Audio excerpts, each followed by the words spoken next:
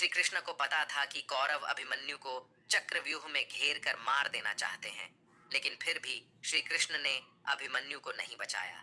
आखिर श्री कृष्ण अभिमन्यु को क्यों मारना चाहते थे और किस वचन की वजह से श्री कृष्ण ने अभिमन्यु को चक्रव्यूह में कौरवों से नहीं बचाया? आइए जानते हैं इसी बारे में। इसलिए वीडियो में लास्ट तक बने रहे और वीडियो को लाइक करके चैनल को सब्सक्राइब कर लें ताकि इसी तरह की वीडियो आपको मिलती रहे। चक्रव्यूह एक बहुस्तरीय रक्षात्मक सैन्य संरचना है जो ऊपर से देखने पर गोल चक्र के समान प्रतीत होता है। इसके हर द्वार की रक्षा एक कुशल महारथी योद्धा करता है। इस व्यूह की रचना महाभारत में कौरवों के प्रधान सेनापति द्रोणाचार्य द्वारा धर्मराज युधिष्ठिर को बंदी बनाने हेतु या अभिमन्यु की चक्रव्यूह में हत्या करने के लिए किया गया था। इसके भेदन का ज्ञान पांडव पक्ष में केवल प्रदुम अर्जुन कृष्ण और अभिमन्यु को ही था, परंतु जब द्रोणाचार्य ने इस व्यूह की रचना की तब इन चारों में से केवल अभिमन्यु ही मौजूद था। अभिमन्यु ने चक्रव्यूह भेदन करने का ज्ञान अपनी मां के गर्भ में ही प्राप्त कर लिया था। जब अर्जुन ने सुभद्रा को चक्रव्यूह भेदन करना बताया था, परंतु सुभद्रा को बीच में ही नींद आ गई। इस वजह से चक्रव्यूह से निकलने का मार्ग नहीं जान पाया था।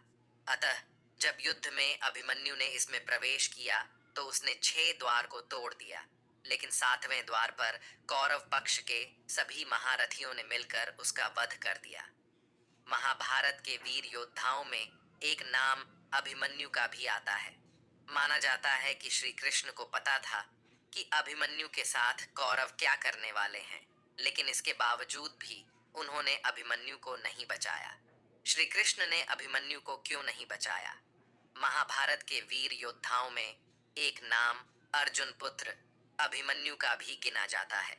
अभिमन्यु को लेकर एक कथा धार्मिक ग्रंथों में वर्णित है कि वह बहुत कम उम्र में ही युद्ध कौशल में निपुण हो गया था और जब महाभारत का युद्ध आरंभ हुआ तब अभिमन्यु 16 साल का था और कौरवों के कई महारथियों को अभिमन्यु ने हार का मुख दिखाया था।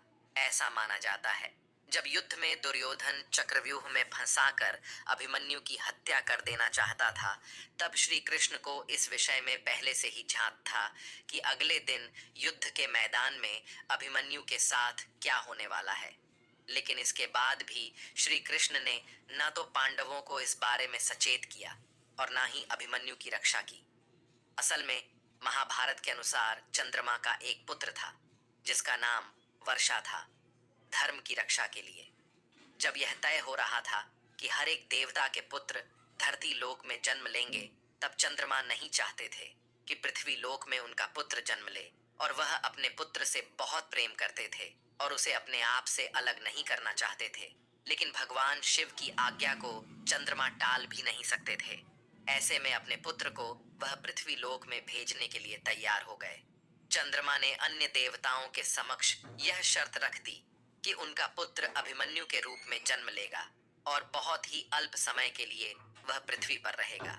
यही कारण था कि महाभारत युद्ध के 13वें दिन 16 वर्ष की आयु में अभिमन्यु अपनी वीरता दिखाते हुए वीर गति को प्राप्त हुआ और श्री कृष्ण ने अभिमन्यु को कौरवों के छल से जानबूझकर नहीं बचाया। तो इस वजह से श्री कृष्ण ने महाभारत युद्ध में अभिमन्यु के प्राणों की रक्षा नहीं की थी।